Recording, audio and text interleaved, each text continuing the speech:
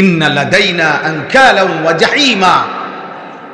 আর শুধু মনে রেখো, প্রত্যেকটা নাফরমানের জন্য আমি আল্লাহ আগুনের শিকল আর লেলিহান ধাউ ধাউ জাহান্নামের আগুন রেডি করে রাখছি।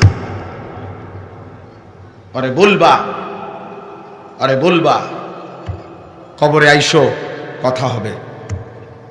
হাশরের ময়দানে আইসো, ফয়সালা শুনবা। ফাযুকু বিমা নাসিতুম লিকা ইয়াউমিকুম হাদা ইন্না নাসিনাকুম আযুকু আযাবাল খুলদি বিমা কুনতুম তা'মালুন। হাশরের ময়দানে আল্লাহ নাফরমানকে বলবে, নাফরমান, সেদিন দুনিয়ায় থাকতে আজকের এই হাশরের দিন তুমি ভুলে গিয়েছিলে, আজ হাশরের দিন আমি আল্লাহ তোকে ভুলে গেলাম। যা, সব তোর চিনি না আমি, যা।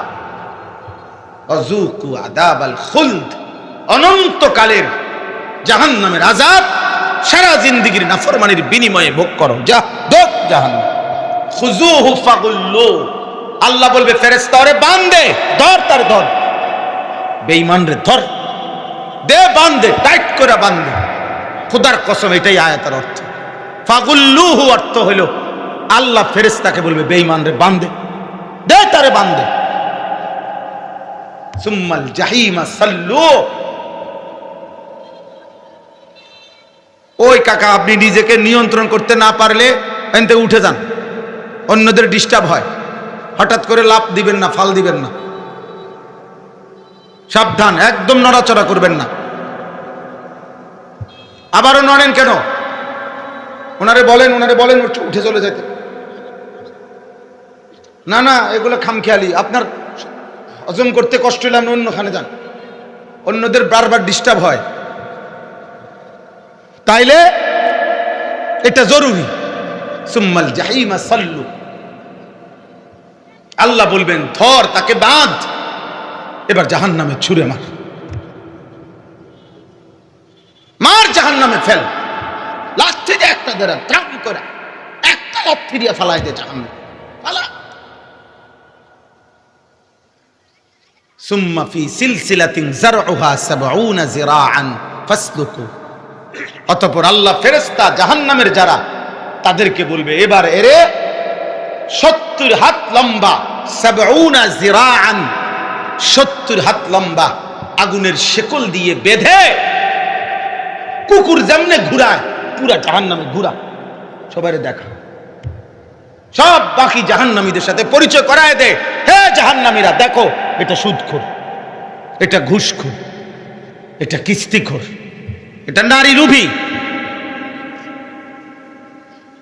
উলঙ্গ ছবি আর অস্থির ছবি ছাড়া জীবন পার করে নাই, ও তওবা করে নাই, ও মুশরিক, ও মূর্তি পূজক, ও বেঈমান, একটা নাফরমানকে আল্লাহ বলবে ঘুরাও, পুরা জাহান্নামে ঘুরা, বাকিদের সাথে পরিচয় করিয়ে দেয়।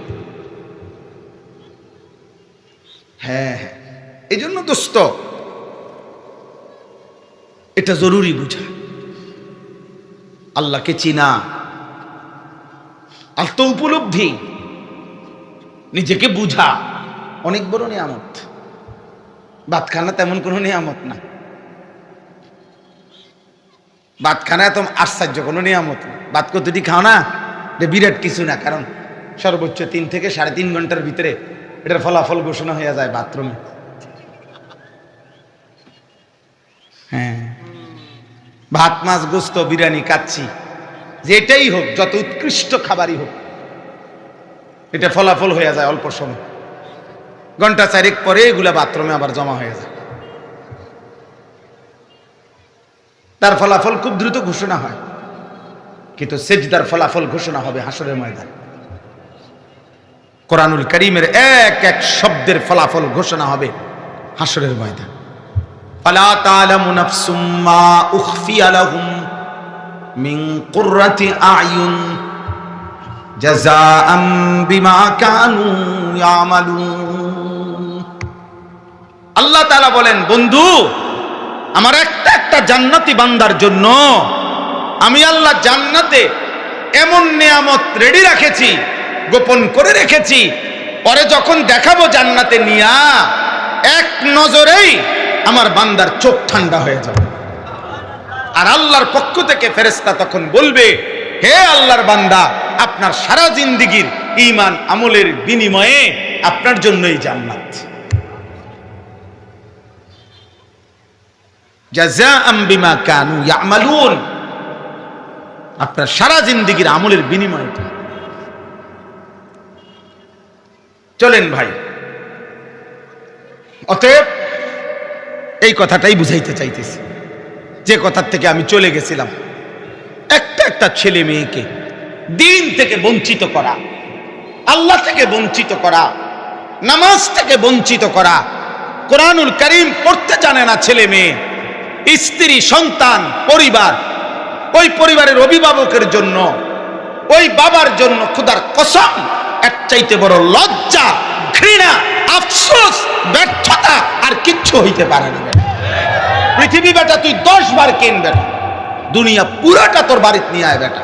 এরপরও আমরা উচ্চ কণ্ঠে বলবো, যে পরিবার, যে অভিভাবক তার সন্তানকে, পরিবারকে আল্লাহ চিনাইতে পারে নাই, সেজদা চিনাইতে পারে নাই, আল্লাহর কোরআন চিনাইতে পারে নাই, রবের পরিচয় চিনাইতে পারে নাই, রাসূলুল্লাহ সাল্লাল্লাহু আলাইহি সাল্লামের সুন্নাত চিনাইতে পারে নাই, দিন মানাইতে পারে নাই, ওই পরিবার, ওই বাবার 60 বছর বৃথা, ব্যর্থতা ছাড়া আর কিছু।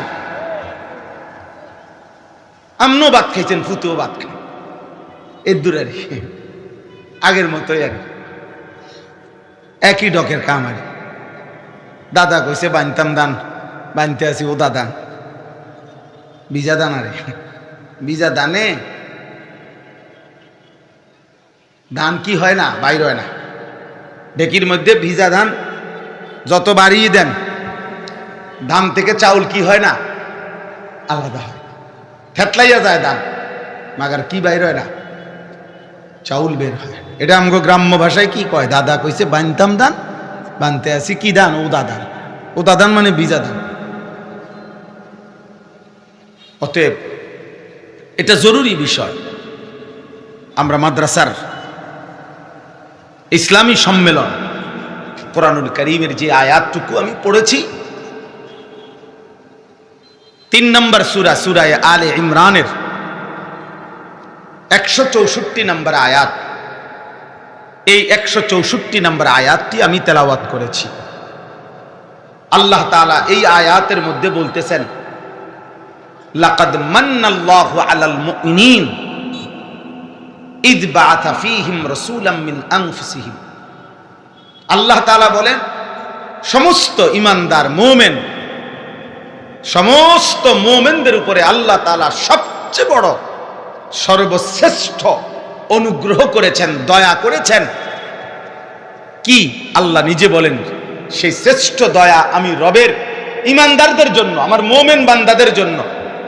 ইয বাআথা ফীহিম রাসূলাম মিন আনফুসিহিম, আমি তাদের মাঝে, তাদেরই মাঝ থেকে আমার শ্রেষ্ঠতম রাসূল, আমার সর্বশ্রেষ্ঠ বন্ধু, আমার হাবিব, আমার নবী, আমার রাসূলকে আমি তাদের জন্য দিলাম, পাঠাইলাম, তাদেরকে দিয়ে দিলাম।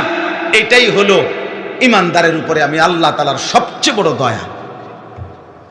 নবীকে দিলেন। আমাদের একজন রাসূল আছে, আমাদের একজন নবী আছে, যিনি সরদারে দো আলম, যিনি সৈয়দুল আম্বিয়া, নবিয়ুল আম্বিয়া, নবিয়ে দো জাহান, নবিয়ে দো শাহান, নবিয়ে দো আলম, যিনি সৈয়দুর রসুল, মুসাদ্দিকুর রসুল। আল্লামা ইকবাল বলছেন, আছে খুবা হামা দারন্দ তু তনহা দারি। হে নবী, ১৬ লক্ষ নবীর যত গুণ, সিফাত, বৈশিষ্ট্য, মুজেজা, আপনি একা বন্ধু মুহাম্মদ, আপনার মাঝে যদি তালাশ করি, আপনি একাই সব। আপনি সব গুণে গুণান্বিত, আপনি সব রঙে রঙিন, আপনি সব সাজে সজ্জিত, আপনি সব গুণে গুণান্বিত। আল্লাহ তাআলা বলেন, সমস্ত গুণ, সমস্ত যোগ্যতা, সমস্ত বৈশিষ্ট্যের সর্বশ্রেষ্ঠ নমুনা দিয়ে আমি রাসূল বানিয়েছি, পাঠিয়েছি, সাজিয়েছি, সেটাই তোমাদেরকে দিলাম। ওয়া ইন্নাকা লাআলা খুলুকিন আযীম।